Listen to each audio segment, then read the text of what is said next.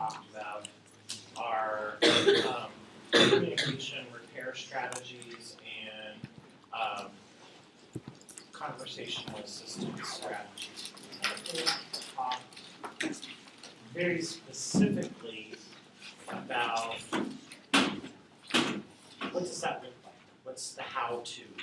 And so we're going to spend some time talking about communication strategies and communication repair strategies, using a couple of techniques, both of which are going to require a commitment from not only the patient, but also from significant others, because they're going to need to learn how to use these techniques so that the patient can benefit. So this is definitely one of those topic areas where we have to get buy-in from the whole family. Patients have hearing loss. Families have hearing problems. Because that hearing loss is going to create issues for the entire family.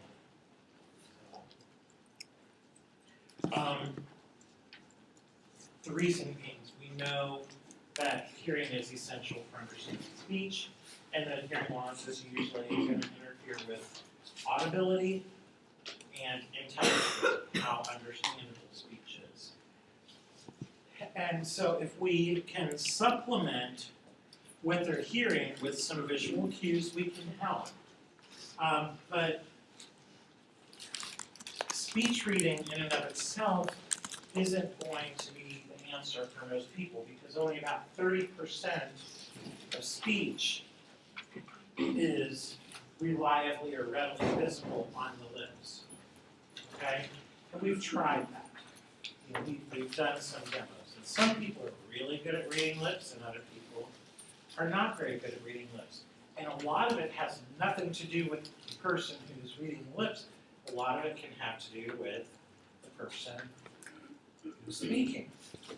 And so we have a couple of examples here. I will say one or the other of the pairs in each of those sets. And I want you to tell me which one you think I said. Okay, so in the first pair.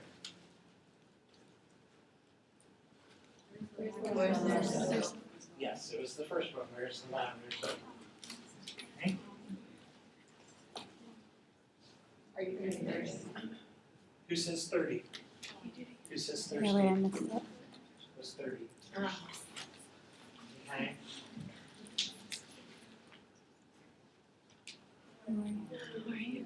How are you? You want me to do it again? How are you? So I saw somebody, that's the point, is it's not easy to do. And I made an effort to not overly articulate. Normally I would, because I have hearing loss all day long, so I try to be very conscious of that. But the point being is only about 30% of speech is reliably visible on the lips. So lip reading and speech reading, while they're a great supplement, they're not the be-all and end-all. So we need more. And so, and this is borne out in the research. Older adults. We have an ongoing joke when I do consultative work. I do a lot of work for Mercy, and a lot of times I end up in their retirement communities. And the ongoing joke is, oh, I don't think I've ever worked with Mrs. So-and-so, which one is she? Well, she's the little old lady with gray hair and glasses in a wheelchair down the hall. You've just described everybody. Our older patients in particular typically don't just have a problem with their hearing. They probably have a problem with their vision as well. And so if we rely completely on, or primarily on, visual augmentation of what they hear, without doing anything to augment what they're hearing, we may not be helping them. As a matter of fact, we may be frustrating them even more. So, what does help?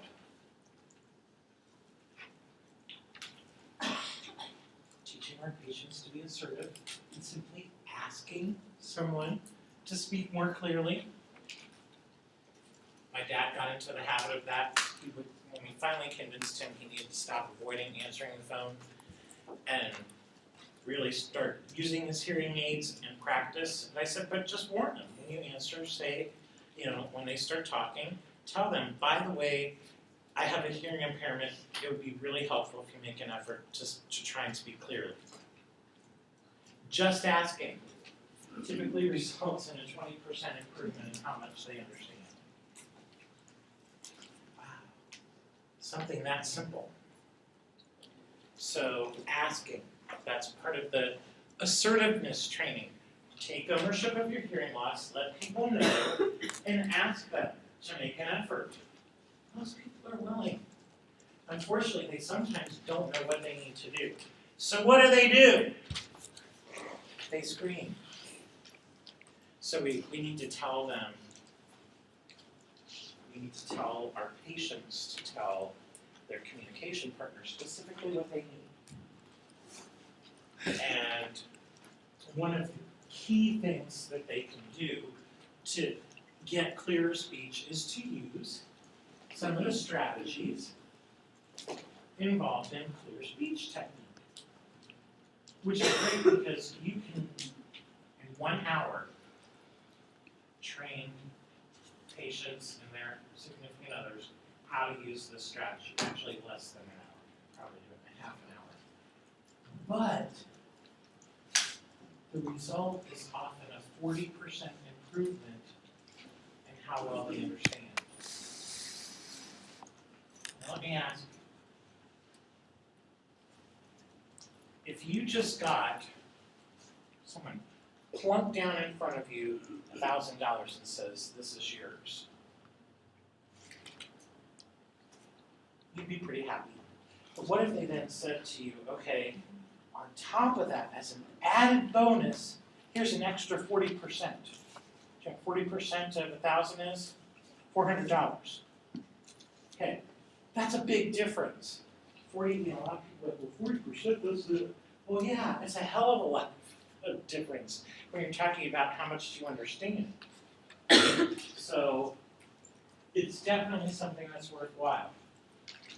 So what is clear speech? Anyone familiar with it? Clear speech is a strategy that involves really basically just good communication behaviors. It involves slightly slowing down the rate. That's primarily accomplished not by slowing down your words, but by pausing frequently. So that a sentence like, where you went into class, that's basically one long word with barely, as opposed to, where are you going after class? How much clearer is that? Okay? That's what clear speech is about. You may slightly raise your volume, but usually it's not necessary. You will slow down your rate, but not through distorting artificially the length of the phonemes, but more through frequent pausing. When we were talking about auditory processing disorder, we said a lot of times they have problems with noise. But what was one of the other primary things that they had problems with? Time compressed speech, fast speech. So how do we slow it down? By pausing frequently. And what does that do?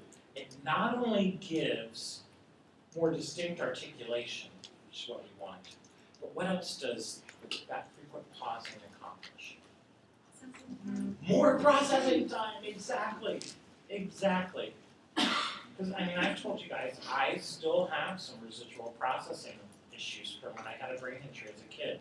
And frequently, and I've told you this before, but it bears repeating now in this context, I drive my wife nuts because she'll say something to me, and just about the time that I utter, what did you say? I can't hear you, whatever it is I'm going to say to her, it clicks, and then I respond. And she's like, why do you do that? Well, it's because I needed a little bit of extra processing time. What were you? I was just gonna say, could you repeat the clear speech definition that you said? Sure. Clear speech is a strategy for improving speech understanding that involves frequent pausing, slightly reduced rate, and slightly increased volume. Although it's the frequent pausing that really seems to make the biggest difference. I've had people tell me that that's kind of how I talk most of the time, particularly if I'm teaching. And I think that it's because it doesn't just help people with hearing loss, it helps people with auditory processing problems, it helps people with learning disabilities. Okay? So we're going to talk about, and we're going to practice clear speech. I'm very proud to say that one of my former professors was the person who coined the term and kind of developed the strategy. Her name is Pat Rios. If you ever get the chance to hear her speak or meet her, please take advantage of it because she's one of these people that when you look at her and you watch her in action, like when I first met her, and I've been out of school now for a number of years, I went back to school, so my doctorate is not that old, but she's been 6 years. So. But in any case, so when I still had her for class, I would look at her and I thought she was maybe in her 50s. She was in her mid-70s. As a matter of fact, she came and did a presentation at a conference that I was the chair for the audiology portion, and she was wearing a boot on her foot because she had injured herself in a marathon. So this is a woman who was in her 70s and was still running marathons. So, anyway, neat lady. And she has dedicated her professional life to improving access to auditory information and for improving communication in older adults with hearing loss. And how this came about, she was not even looking at anything like this. She was actually doing a study on why some people seem to be better lip readers than others. And so during the course of doing this research, and they were doing a letter prediction task, people were having a really bad, really difficult time, and her project was an utter failure because she really ended up not being able to get the information to answer her research questions. But out of it came some insights from some of the participants, and said that what you really should be looking at is how fast people talk and how often they pause. And that got her thinking. So she decided to try it out and just kind of informally for patients in the clinic. Wow. So slightly slowed rate, precise articulation, slightly increased volume, and pauses between key phrases. And it's that pausing that tends to allow you to get more precise articulation and a slowly reduced rate. So think about this poem. It's kind of cheesy, it's kind of corny, but it'll help you remember or think about your speech. If you would say it slowly and clear, I would probably understand you much better, my dear. If you speak a bit louder and take time to pause, I will be happy to shower you with applause. Thanks for using your best clear speech for me. That was what one of her patients said after trying to convince her family that they needed to come and learn about this. So, slightly slowed rate, precise articulation, slightly increased volume, pauses, key phrases. And that factor, time and again, has been the one that's proven to have the greatest influence. So, she gave an example of having someone. So someone read the first sentence out loud.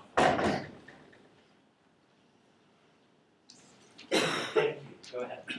My husband's sister is coming to visit us in Florida. Okay. Now try using the clear speech. My husband's sister is coming to visit us in Florida. Okay. I'm going to run in the Chicago Marathon this year so I can qualify for the Boston Marathon. You guys have long hair. You probably have no problem with that. But listen to this. I'm going to run in the Chicago Marathon this year so I can qualify for the Boston Marathon. How much easier is that to understand? Because we're allowing each word, each sound to be more readily identified. Who here is taking a foreign language or has taken one? Okay. Who's done Italian or Spanish or Portuguese? What do you struggle with when you listen or engage in conversation? They talk so fast. No, they don't, really. But it sounds like it. Why does it sound like it? Because like us, they run their words together. And we have a difficult time hearing the pauses. Okay? Because what's let me? Let me. Now, to someone who's learning English, if you say, let me do that, rather than let me do that, let me do that sounds like a kid singer on Nickelodeon, you know? Not let me do that. So, while yes, some languages, the normal rate of speech is faster than English, it's really not the rate that's preventing you from understanding. It's that, like us, the effects of, what do we call that when one sound influences another? Co-articulation, yes. See, you guys, you learned about that in phonetics and phonology. It's real, and this is why you need to understand it. Co-articulation is lethal to a hearing impaired person's ability to understand. Just like co-articulation is lethal to a struggling student's ability to understand a foreign language. Because what do you learn? When you learn a foreign language, you learn the pronunciation, you learn the vocabulary in single words. Yeah. But native speakers don't speak one word at time. They just don't. It doesn't sound well. It's not efficient. So what we've got to do is try and counter those negative effects of co-articulation. And we do that by the frequent pausing. Okay? So, she was mad because her television was broken. Where would we put the pause? Yes, ma'am. Sorry. I just had a question. I was kind of thinking about this when I was reading through the article that's posted on Mika. But if you're pausing, like, after keywords or whatever, is there a point at which, like, the pause becomes too long in combination with the utterance and it's too taxing on the short-term memory for certain patients? It may, especially for our elderly folks who do have memory issues, which Right. we know that's going to be. So you have to find a balance. You have to pause enough to give them the extra processing time, but not so often or so long that it then becomes an immediate memory issue, because who knows, that can be an issue for some of our patients. So where would we put our first pause in that first sentence? She was mad because her television was broken. After mad, okay? She was mad. You could, or you might even be able to get by with just the rest of that. She was mad because her television was broken. Especially, and that's the other thing, don't forget,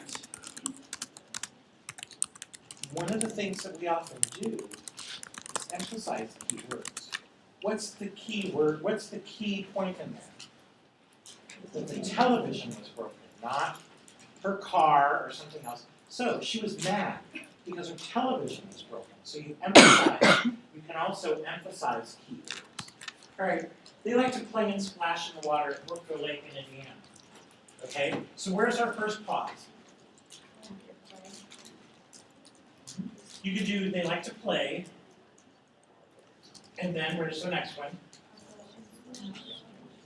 After where? I would say after splash.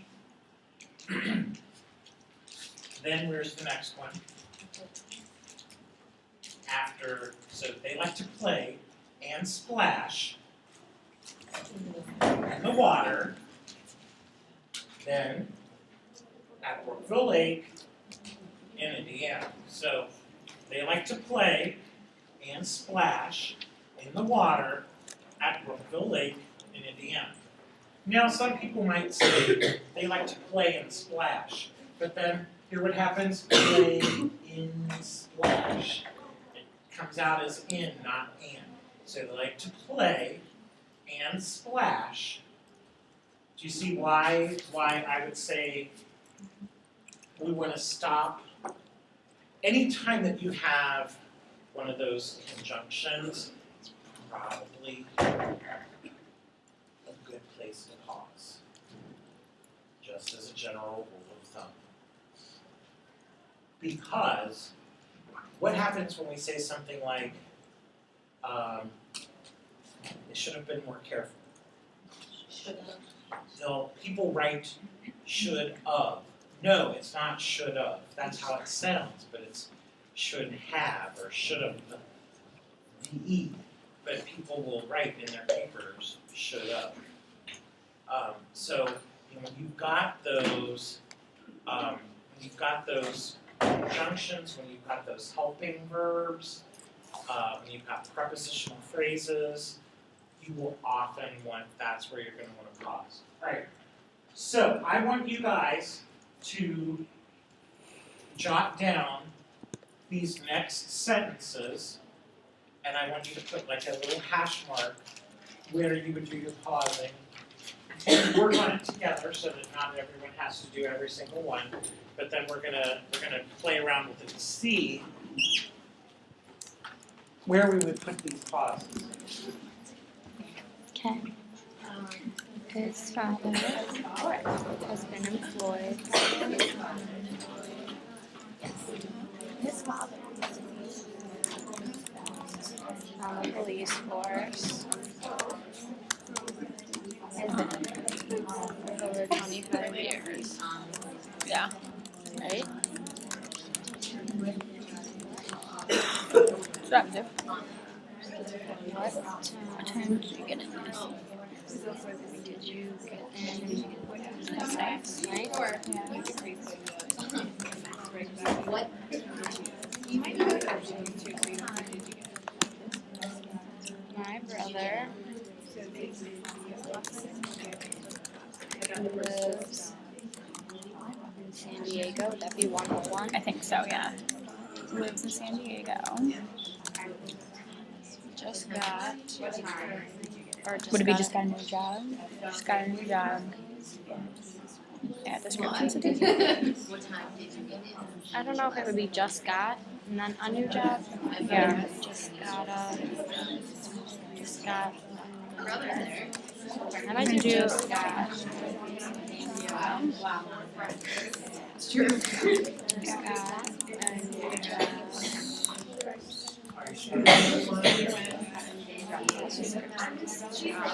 I just read this for you. That's probably my favorite. It's not that way practice, but it does, well, all of a sudden, it comes to never thought about it.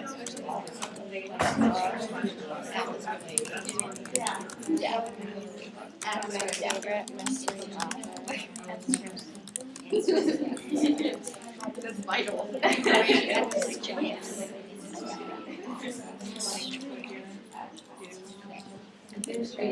one. Yeah. Okay. Still not right. Okay. They have bacon. Pause probably, right? Maybe they had bacon and eggs. Just could sound like and. True. They they had And eggs. With pancakes. for breakfast this morning. Like separated for breakfast this morning. How about you? Yeah. Last August, we went to the mountains.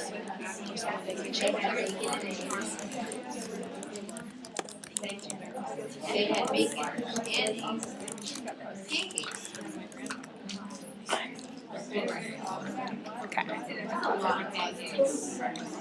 Right, that's the thing, you have to start. Am I pausing too much? So think about the core articulation effects.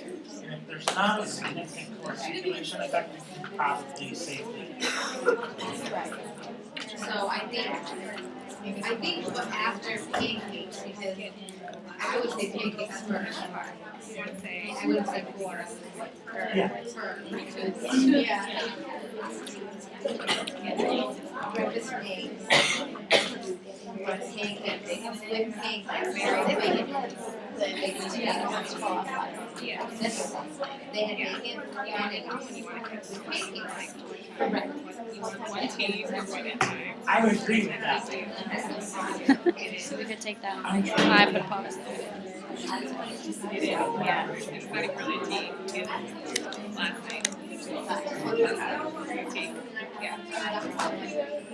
If you slow yourself down, you can know exactly what emotions you Alright, I think we're good. Oh, I'm so long. Yeah, I don't think that. I get nervous when he walks over here because part of us have our phones right next to the side. For some reason, I think I see my computer too. I have like all this stuff. Oh my god, these are so fun. And they're so true. Okay, are you guys ready? Alright, let's try it. Who would like to volunteer their, you have to do it, demonstrate it for They us. get so funny. Sentence number 3. Someone doesn't volunteer, I'm gonna pick you, so if you're not afraid, thank you. He said his father has been employed on the police force for over 25 years. Okay, now say it normally or naturally using those pauses. Oh, we're using the father? Yeah. What did you say? Reading and it didn't Oh, flow. okay. His father has been employed on the police force for over 25 years. That was awesome. Okay. Who would like to I'm so Um, confused.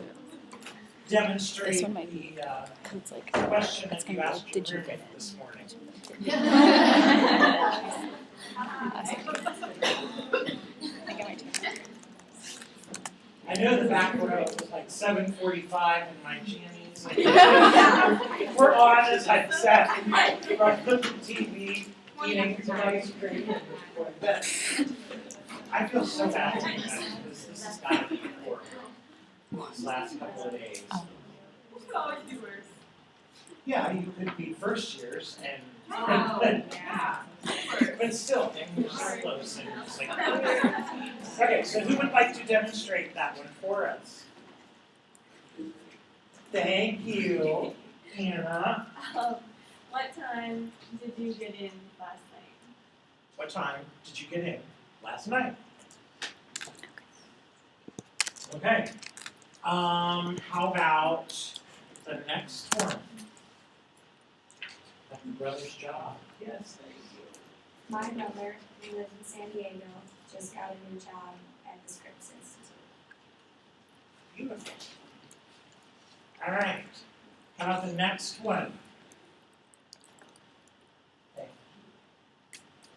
I just finished reading the latest book by my favorite mystery author, Joanne Fu. I just finished reading the latest book by my favorite mystery author, Joanne Fu.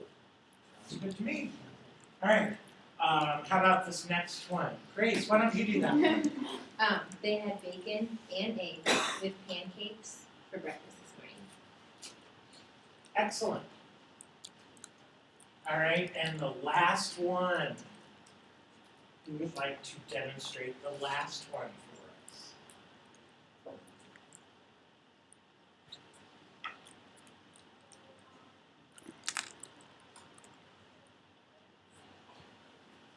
Last August, we went to the mountains for summer vacation. Okay.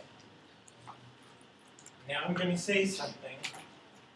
I don't want you throwing things at me, but how much of this is just freaking common courtesy and common sense? Most of it. Okay, I'm going to tell you this now. Most of what we do in speech pathology and audiology is not rocket science. As a matter of fact, probably half of it or more is based on common sense and common courtesy. I'm sorry to burst your bubble, but that is the truth. This is how we should talk all the time. It would make life so much easier for everybody. But anyway, my point is, I mean, we spent how much time on this? I spent a few minutes introducing it. I've given you a couple of examples.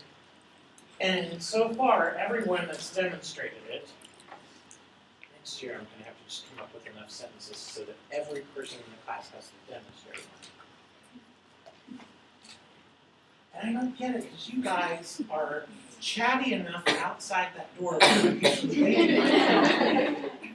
that if we could harness that energy, we could light campus for a week. And then I ask you guys for a volunteer, and you all just sit there and please don't pick me, please don't. I'm going to totally avoid eye contact. That's okay. I just like to do the hard work.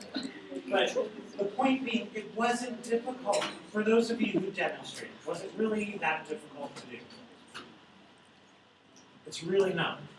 So it is something that it is worth spending a little bit of extra time with our patients and their significant others to teach them how to do this. Okay? So what else can we do? Well, another option is cued speech. disclaimer, truth in advertising. I have personally never used cued speech with any of my patients, nor have any of my colleagues who I have recently polled about this. However, I do think it is a regional thing. I don't think that here in the Midwest, Great Lakes region, whatever you want to call us,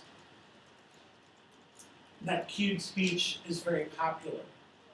However, there are pockets geographically where cued speech is very popular and it is very common.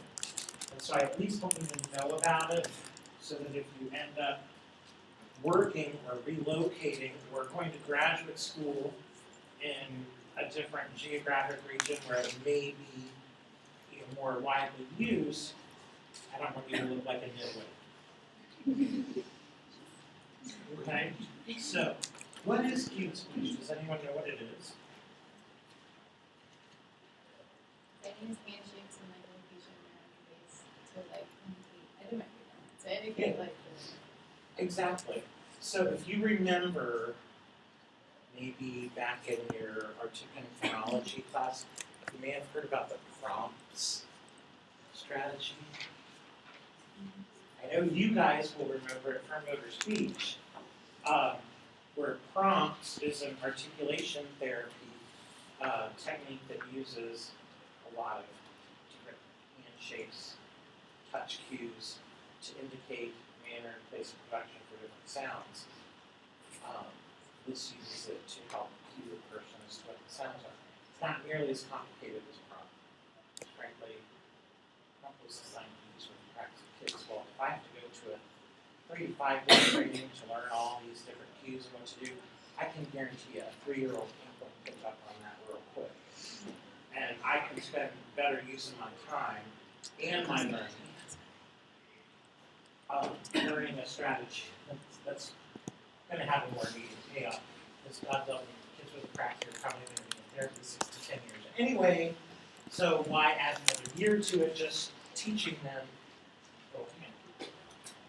Anyway, so yes, as Olivia eloquently said, it uses a variety of hand shapes in different locations around the face that then provide the individual with the cues about what was being said. So, there's actually a National Cued Speech Association. In their definition, this is the one that you should understand, although I think Olivia did a great job. It's a visual mode of communication that uses hand shapes and placement in combination with the mouth movements of speech to make phonemes look different from each other. Okay, so visually look a lot alike. Well, there would be a specific hand cue and or hand shape and location that would help the person differentiate between whether it's a or a gust sound. All right. So, like I said, it is not something I have been trained in. I've not ever used it. We're going to take a look at it so that you can see what it looks like.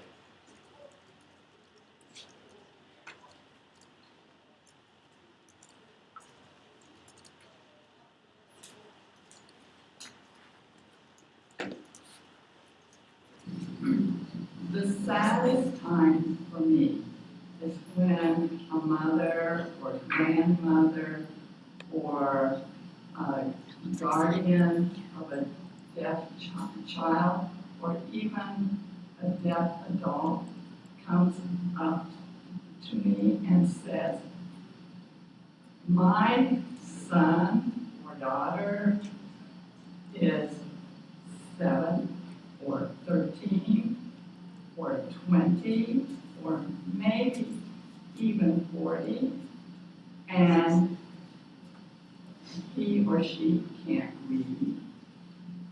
And when he or she writes a sentence, it doesn't make any sense.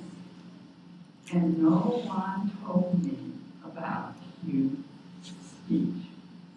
So I am so glad that you are learning about cute speech. And the story I just told illustrates that cute speech is not primarily for speech, it's for language. And that's why the packet that you have is called Cute Speech and Language. The reason cute speech was developed was because Dr.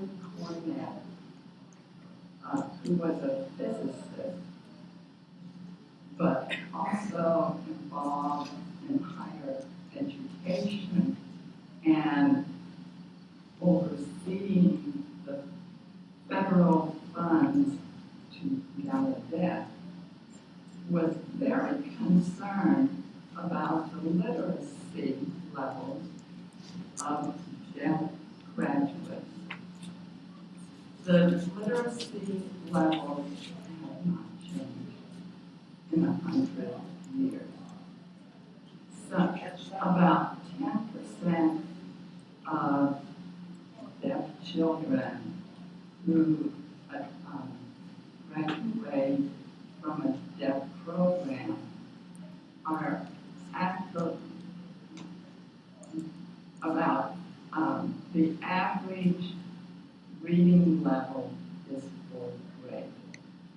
And you cannot understand a newspaper at that level.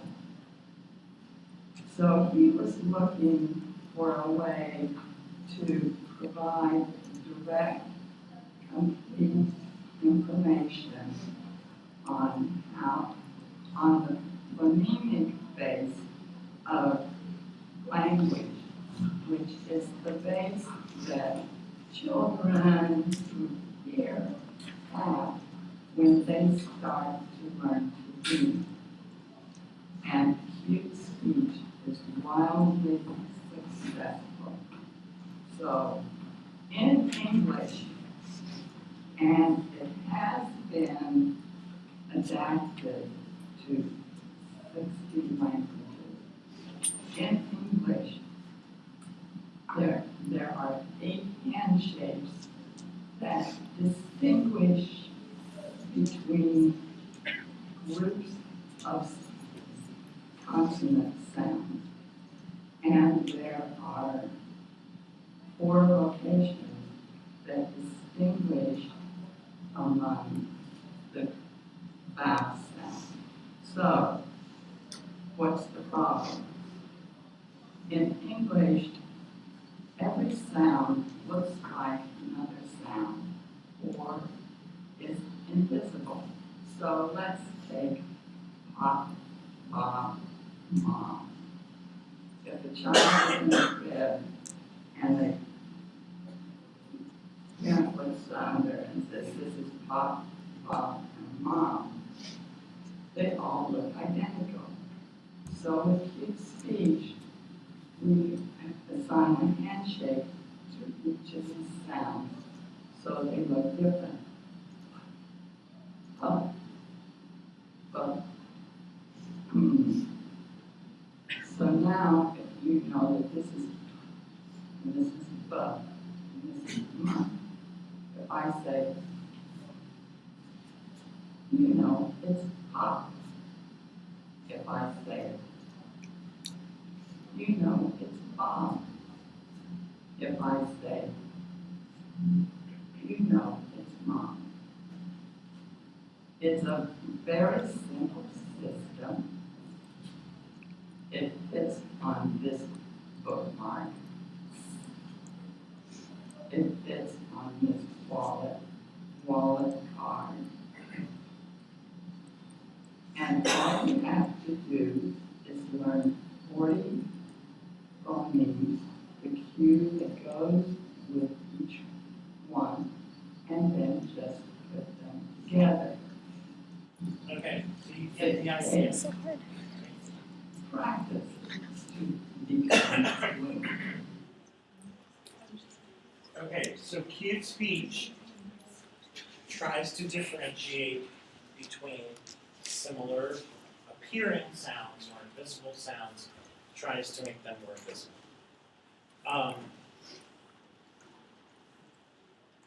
Personally, I find it kind of distracting, but I'm not impaired, I'm not relying on that visual cue. I would imagine if I'm really relying on that visual, sort of like the captions, like if my family's sleeping and I want to stay up and watch TV while I'm doing something, I will mute it and put the captions on. And initially that was really hard, it was really distracting, and there's still frustrations when some, you learn that some channels, the captions are never quite in sync with what's going on, but so I'm sure it's something that I would get used to if it was something I was relying on. But questions about anything that she said, keep in mind, and I think something that she said bears repeating. In over 100 years, despite the advances that we've made in technology, despite the advances that we've made in terms of teaching methodologies, we have not seen the literacy rate for those with significant hearing loss improve. That's a problem. And so it just goes to show that the technology that we've made alone is not going to be enough. And so because this particular strategy does allow for additional enhancement, because many of these kids are probably pretty good lip readers to begin with, it's just a way of helping further so that they know that, this is this is so that it's not a real difficult concept to necessarily grasp.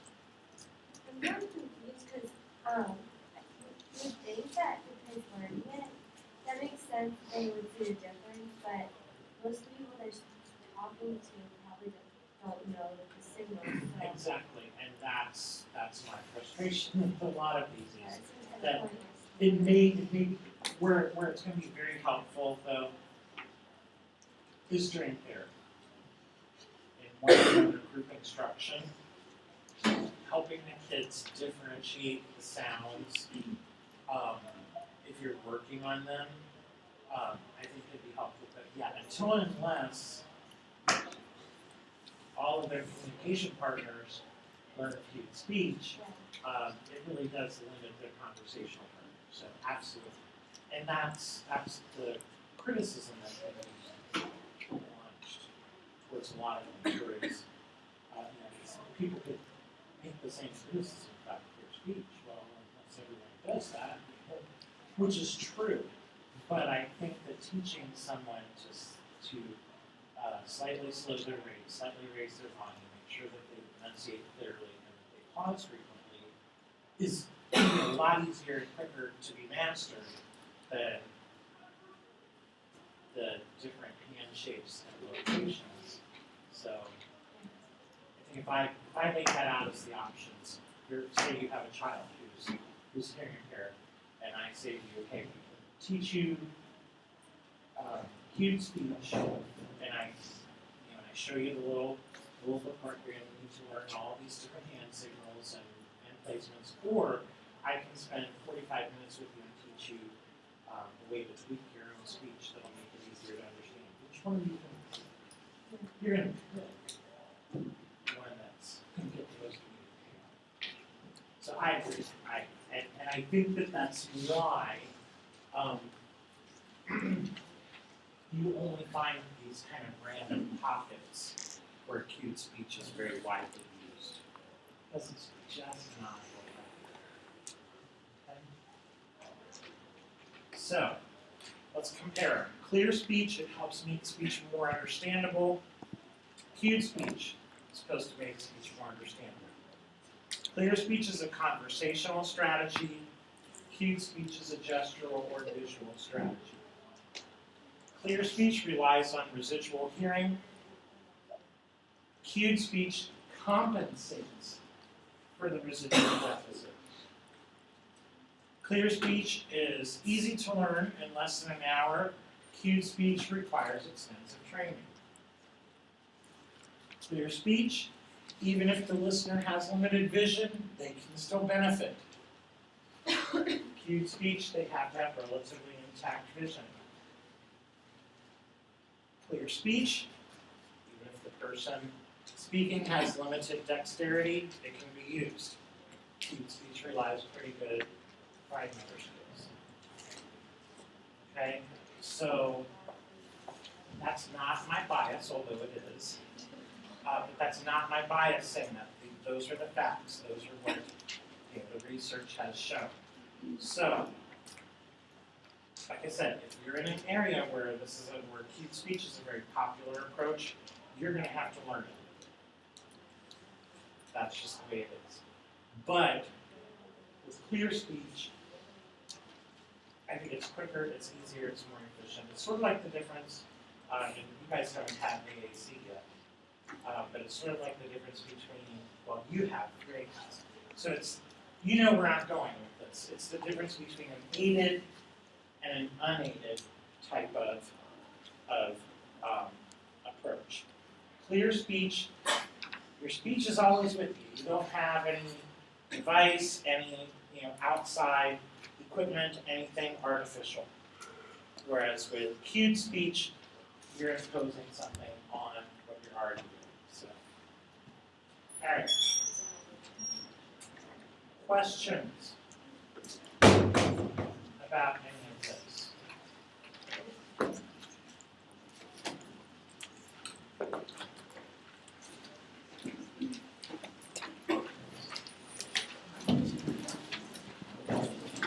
But I don't want you to feel like you have to jump up and leave if you have questions.